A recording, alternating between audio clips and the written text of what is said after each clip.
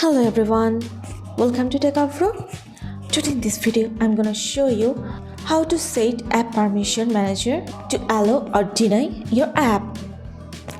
Before starting the video, please subscribe to Techavro.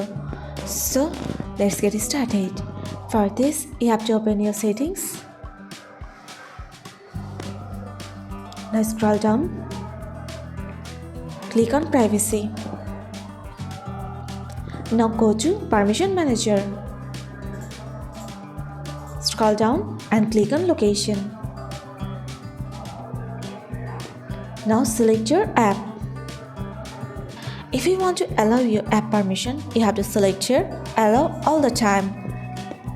Or if you want to deny your app permission, you have to press here Don't Allow. Press here Don't Allow anyway.